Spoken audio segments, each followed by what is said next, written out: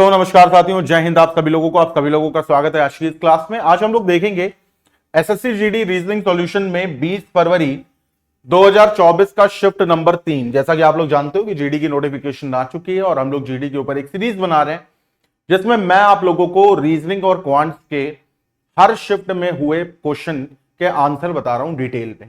तो हम लोगों ने शिफ्ट 1 शिफ्ट 2 देख ली है, अब हम बात करेंगे शिफ्ट 3 के ऊपर।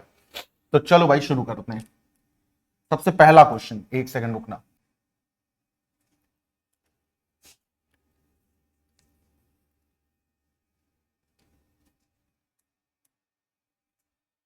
तो भाई सबसे पहला क्वेश्चन यहां पे क्या कह रहा है? कह रहा है कैबेज वेजिटेबल है, कस्टर्ड डेजर्ट है ना। डेजर्ट मतलब जो भोजन के बाद जो मीठे के रूप में लिया जाता है। तो पीच यानी आड़ू यहां पर क्या है? तो आड़ू जो होता है वो एक फल में आता है। तो पहले वाले का सही जवाब 3 हो जाएगा, है ना। जैसे गोभी सब्जी में आती है, कस्टर्ड मीठे में आता है, तो आड़ू किस में आएगा? तो आड़ू भैया आएगा एक फ्रूट में। फिर यहां पर आते हैं, कह रहा है सेल जो रिप्लेस कर सकता है इसको। ठीक है, तो देखो यहां पर क्या हो रहा है, ध्यान से देखना। ये देखो यहां पे 3 साइड है, यहां पे देखो 4 साइड है, फिर ये देखो 5 साइड हुई, अब ये 6 साइड हुई, तो हमें चाहिए 7 साइड। तो 7 साइड में सबसे पहले ये देखो 4 5 6 7, ये तो 7 आ गया। फिर यहां पर देखो 3 4 5 6 7 8, ये तो 8 आ गया। कैंसिल आउट करो, 1 2 3 4 5 6, ये 6 आ गया, ये भी कैंसिल आउट करो। 1 2 3 4 5, ये 5 आ गया, ये भी कैंसिल आउट करो। तो इसका मतलब यहां पर सही जवाब क्या हो जाएगा हमारा? ए ऑप्शन, यानी पहला। तो 3 साइड 4 साइड 5 6, तो अगला क्या आना चाहिए? 7। तो यहां पे क्या ऑप्शन आ रहा है? A option. चलो भाई थोड़ा सा दिमाग इसमें लगाओ जरा, इसका क्या आंसर आएगा? एक सेकंड रुकना।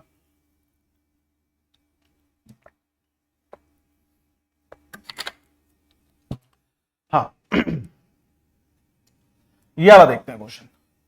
कह रहा 55 बन रहा है 165, 165 बन रहा है 495, 495 बनना है 1485,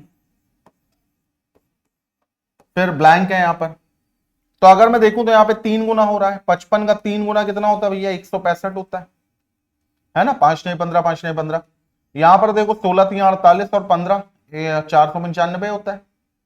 तो ये भी यहां पर भी क्या हो रहा है? 3 गुना हो रहा है, और यहां पर भी क्या हो रहा है? यहां पर भी 3 गुना हो रहा है। तो हर जगह 3 गुना होगा। तो जरा देखो 3000 के आसपास की वैल्यू आनी चाहिए। तो ये तो होगा नहीं, ये होगा नहीं, इन दोनों में से जरा देखते हैं एक बार। वैसे 14 3 42 है, तो 42 से ऊपर केवल यही आंसर आ रहा है, लेकिन चेक कर लेते हैं।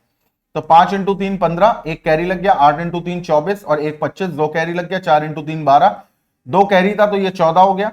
3 एक कम 3 और एक 4, यानी 44 55 बोले तो ए ऑप्शन जो है वो हमारा, सॉरी डी ऑप्शन जो है वो हमारा करेक्ट आंसर है। ठीक है, चलो भाई अगले क्वेश्चन पर आते हैं। यहां पर क्या कह रहा है कि दिए गए दिस आकृति में उस आकृति का चयन करें जिसमें प्रश्न आकृति छिपी हो, यानी ये एम्बेडेड फिगर का क्वेश्चन है। किसका क्वेश्चन है? एम्बेडेड फिगर का क्वेश्चन है।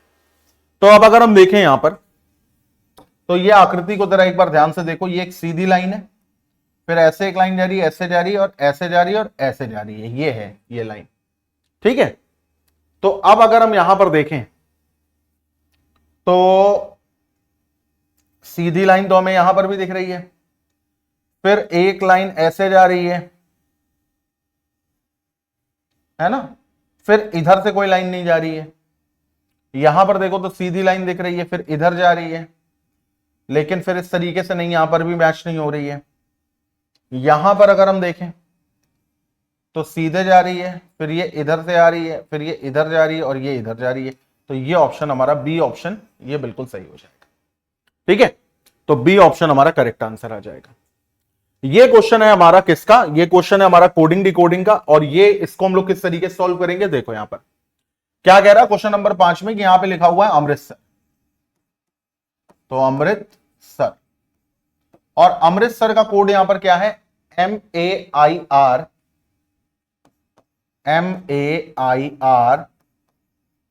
STRA। तो MAIR STRA, क्रॉस कोडिंग और वो भी इंटरचेंज। तो अब हमें किसका निकालना, हमें निकालना है शिलोंग का। तो शिलोंग का निकालो, HSLINO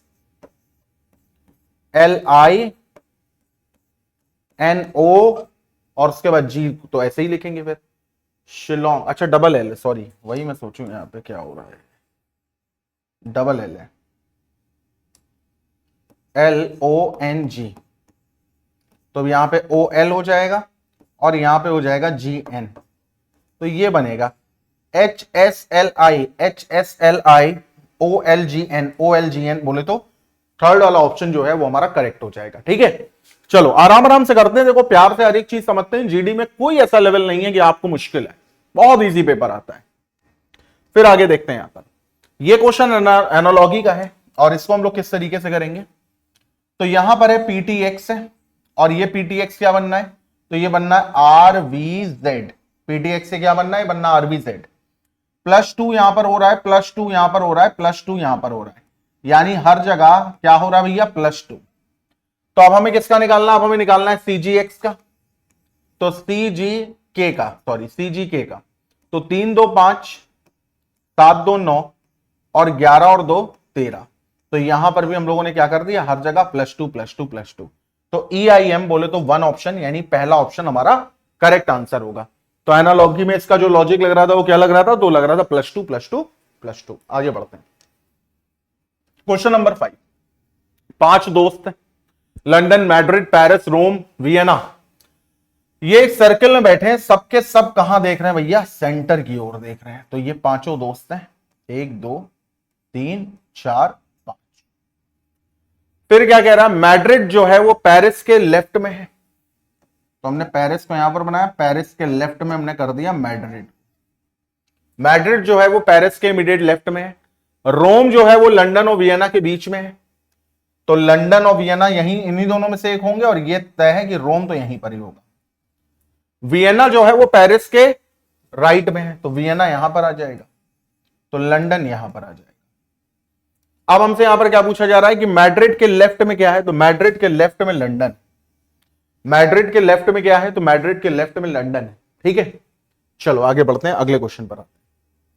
5 सहेलियां, अच्छा लगातार देखो यहां पर आपको दे दिया गया है। 5 सहेलियां पूजा, भावना, चारू, गीता, हेमा एक गोलाकार मेज के चारों ओर केंद्र की ओर मुख करके बैठी हुई हैं। तो गोलाकार मेज के चारों ओर केंद्र की ओर मुख करके बैठी हुई हैं। ठीक है, 5 सहेलियां हो गई। फिर क्या कह रहा है, चारू भावना के निकटतम पड़ोसी नहीं है, तो चारू के बगल में भावना नहीं बैठेगी। तो चारू के बगल में भावना नहीं बैठेगी।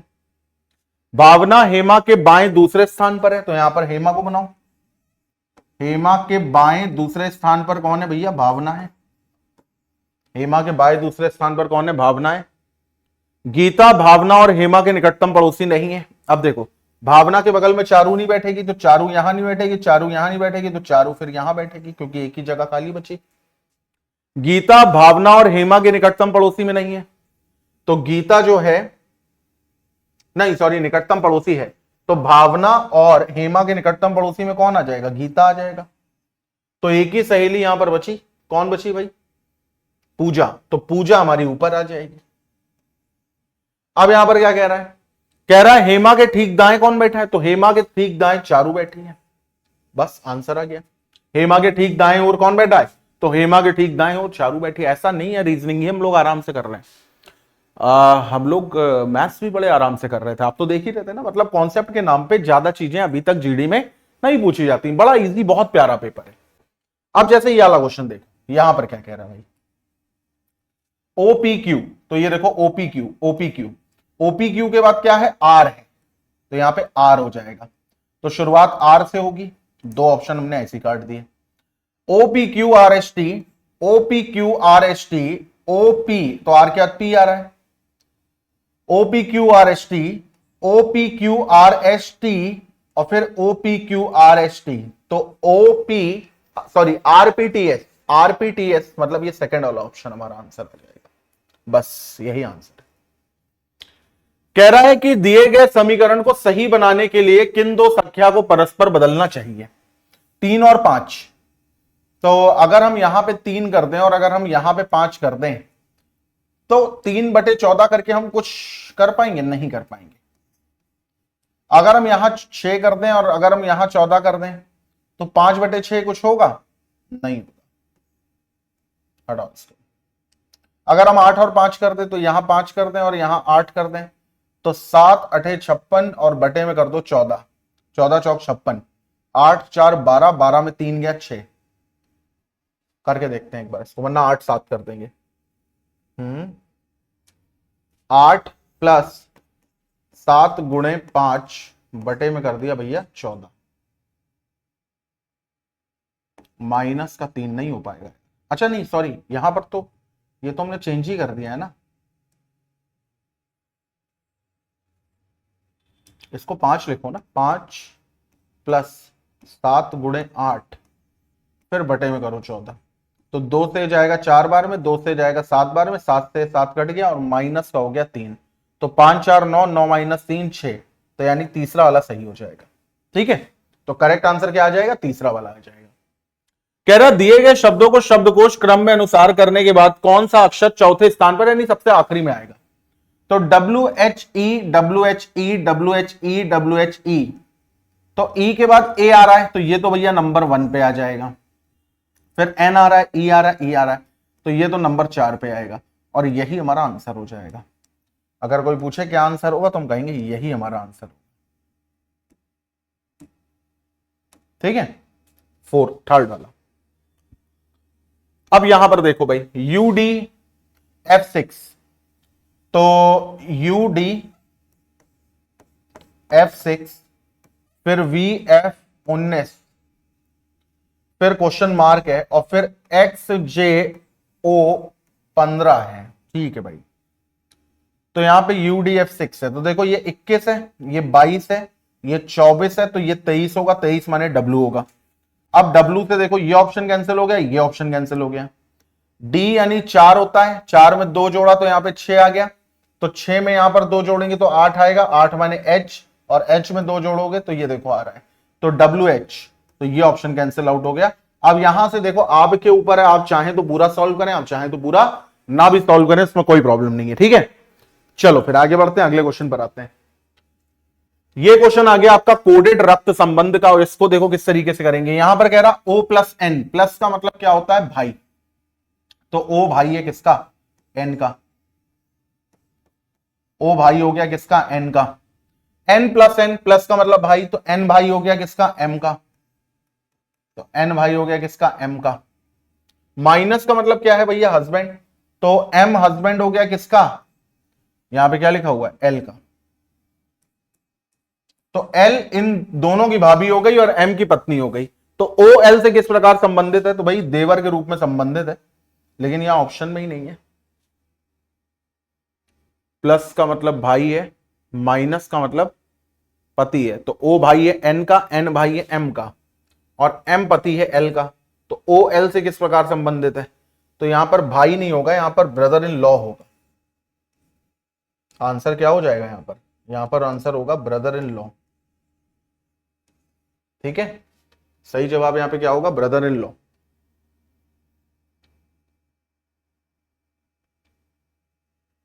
ठीक है, चलो आगे बढ़ते हैं। यहां पर देखो क्या कह रहा है, कह रहा है निम्नलिखित प्रश्न में दिए गए विकल्पों में वह आकृति चुने जो रिक्त स्थान पर आएगी। तो अगर हम यहां पर देखें तो यहां पर क्या हो रहा है? 6 है, 6 के बाद यहां पे डबल हो रहा है 12, 12 के बाद फिर 6 जोड़ा 18, फिर इधर 6 जोड़ा 24। तो अब हम क्या करेंगे? इधर 6 जोड़ेंगे तो यहां पे आ जाएगा 30। तो यहां पे 30 यहां नहीं आ रहा है देखो, और यहां नहीं आ रहा है। ठीक है, अब यहां पर आते हैं। 78 में देखो 6 घटाया 72, 72 में फिर देखो 6 घटा करके यहां कर दिया 60। ऐसे लिखा हुआ है ना, 78 है, फिर यहां पर है 72, तो यहां पे कितना घट रहा है? 6, फिर 72 बन रहा है 60, तो कितना घट रहा है? 12, फिर 12 ये बन रहा है 42, तो ये कितना घटा भाई? 8 और 18। ठीक है, मतलब 6 का अंतर आ रहा है। तो अब यहां पर कितना घटेगा? 24 घटना चाहिए, तो 12 में से 4 गया 8 और 3 में से 2 गया 1, यानी 18 हमारा आंसर आना चाहिए। तो ये ऑप्शन भी कैंसिल आउट हो गया और करेक्ट आंसर आ गया 18। देखो इस खाने में 78 है, फिर इधर 72 है, फिर इधर 60 है, फिर इधर 42 है, तो अब आंसर इधर आना चाहिए और इधर देखो हमारा 18 आ भी। ठीक है, तो ये क्वेश्चन था हमारा फिगर कंप्लीशन का। अब एक और क्वेश्चन आता है नॉन वर्बल के ऊपर। कह रहा भाई ये जो एरो बना हुआ है और एरो में जो लाइन इधर देख रही है, ये मिरर इमेज में किधर देखेगी? तो मिरर इमेज में ये इधर देखेगी। अगर कोई चीज मिरर में इस तरफ देख रही है तो इमेज में इधर देखेगी, तो एरो जो है वो घूम करके इधर आएगा। तो पहली बात तो ये आकृति ही गलत है, आकृति सेम होनी चाहिए। ठीक है, यहां पर भी देखो ये भी आकृति गलत है, तो 3 गलत हम लोगों ने ढूंढे और जो एक बचा वही हमारा आंसर है। 14, 6, 5, 6.5 और 12। 14, 6, 5, 6.5 और 12। तो यहां पर देखो भाई आधा कर दिया, आधा करके एक घटाया, फिर एक जोड़ा, फिर 1.5 जोड़ा।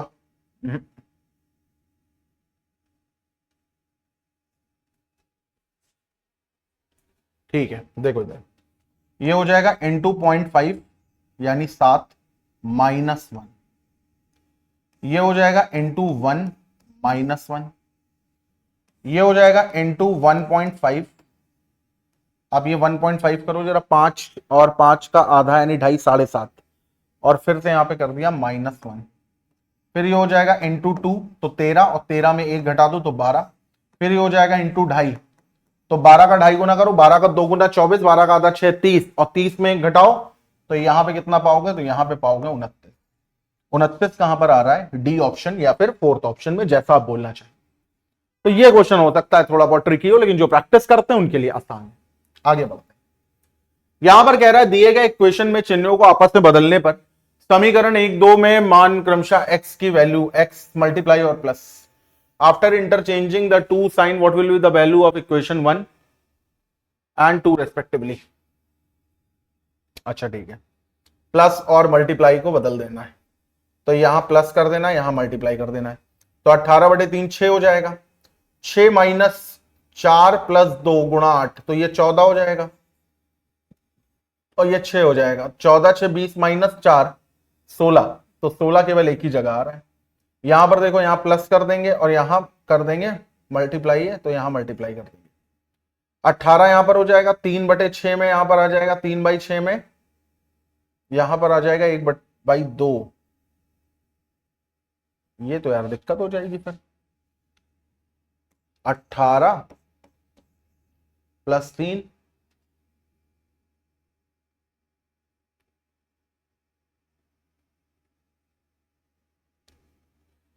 +3 अपॉन में यहां पे कर दिया 6 -8 × 4, तो ये तो हो जाएगा भैया 1/2, और 18 + 1/2 माइनस का 8 × 4 32। तो ये कोई लॉजिक लगेगा नहीं, पता नहीं यहां पर क्या होगा फिलहाल, क्योंकि पहले वाले का आंसर 16 आ रहा है तो हमने कर दिया। यहां पर कैसे आ रहा है आप करके देख लो। 18/3 करो यहां पर तो 6 आएगा, -4 करो, +2 × 7 करो, तो ये कितना आ जाएगा? ये आ जाएगा 6, 6 - 4 + 14, 14, 6, 20 - 4 16। तो 16 के हिसाब से हम लोगों ने एक ऑप्शन पे टिक लगा दिया है, बाकी का हो सकता है यहाँ पे कुछ मिस्टेक हो। चलो छोड़ो, एक क्वेश्चन को लेकर के इतना अटैच हमें नहीं होना। आगे बढ़ते हैं, अगले क्वेश्चन पर आते हैं। कह रहा है in a certain code language Alice का कोड क्या है? रहल का। एलाइस का कोड क्या है? REHLKA।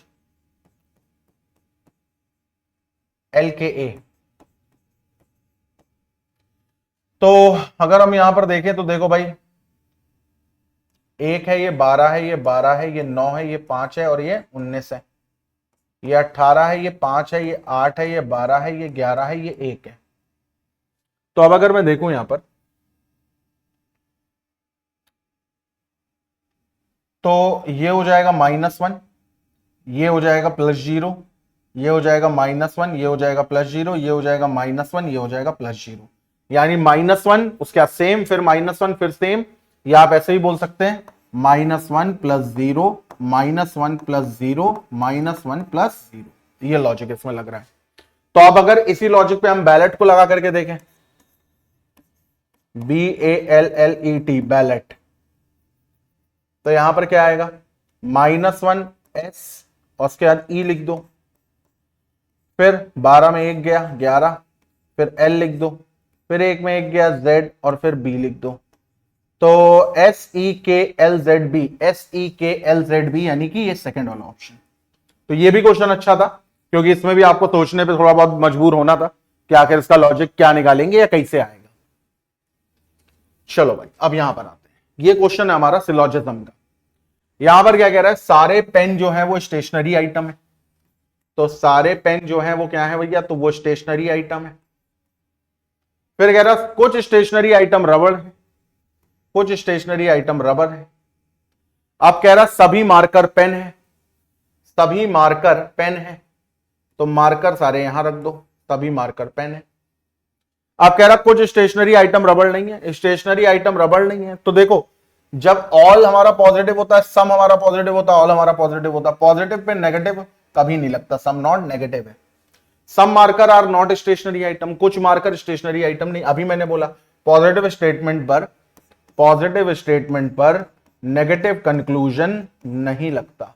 अगर मैं आपसे रमेश के बारे में अच्छी अच्छी बातें बताऊं और फिर आपसे एक सवाल पूछूं कि रमेश की 2 बुराइयां बताओ, आप कहोगे ये कैसा सवाल है कि आपने मेरे को सारी बातें रमेश की अच्छी अच्छी बताई और सवाल में मुझसे रमेश की अच्छाइयों की बजाय बुराइयां पूछ रहे हो।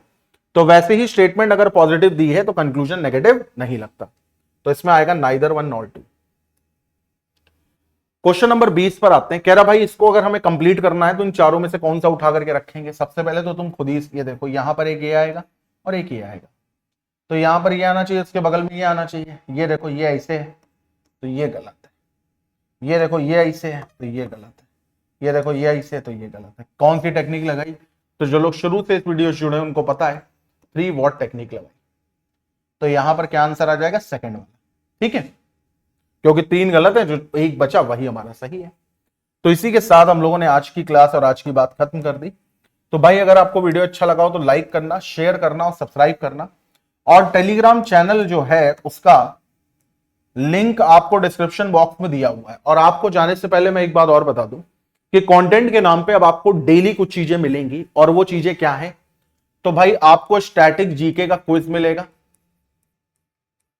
ठीक है, स्टैटिक जीके का क्विज मिलेगा रोज, हिंदी में और इंग्लिश में अलग। फिर आपको क्वांट्स यानी मैथ का क्विज मिलेगा, सुनते जाना, हिंदी में और इंग्लिश में अलग। फिर आपको रीजनिंग का क्विज मिलेगा, हिंदी में और इंग्लिश में अलग। फिर आपको इंपॉर्टेंट हेडलाइंस का क्विज मिलेगा, हिंदी में और इंग्लिश में अलग। ये रोज मिलेगा, मंडे सैटरडे संडे छुट्टी।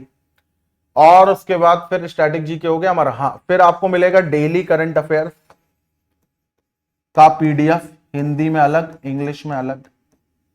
फिर आपको मिलेगा, अब ये तो हो गया, इसके बाद मैं आपको डेली बेसिस पर 2 मॉक टेस्ट दे रहा हूं। डेली बेसिस पे आपको 2 मॉक टेस्ट मिल रहे हैं टेलीग्राम पर ही। एक क्वांट्स का मिल रहा है और एक रीजनिंग का मिल रहा है, हिंदी में अलग इंग्लिश में अलग, हिंदी में अलग। तो अगर आपको ये सारी चीजें चाहिए तो आपको क्या करना पड़ेगा, आपको डिस्क्रिप्शन बॉक्स में लिंक पर जाना पड़ेगा टेलीग्राम के और वहां से इसको ज्वाइन करना पड़ेगा ताकि ये सारी चीजें आपको मिल जाएं और आपकी तैयारी अपने चरम सीमा पर पहुंचे। इसी के साथ मैं आज की क्लास और आज की बात खत्म करता हूं। आप लोगों ने मुझे अपना समय दिया उसके लिए बहुत बहुत धन्यवाद।